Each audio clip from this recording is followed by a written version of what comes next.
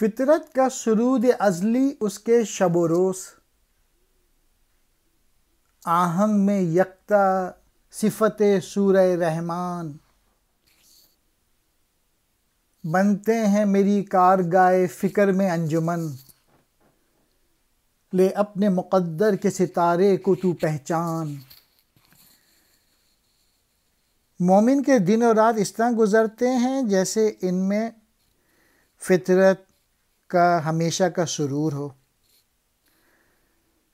اور ان نغموں کی ہم آہنگی قرآن کی سورہ رحمان کی طرح ہے، جس کی آیتیں دوسری قرآنی سورت کے مقابلے میں زیادہ ہم آواز ہم آہنگ ہیں۔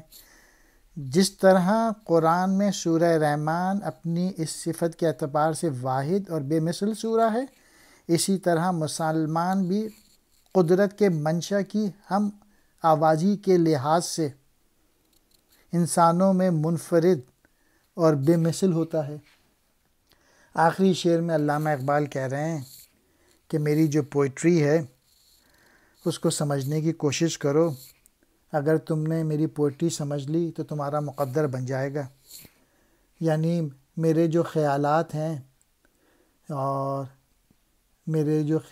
ہیں وہ انجمن بناتے ہیں، ستارے بناتے ہیں، اور میری اس پوئٹری سے فائدہ اٹھا لو۔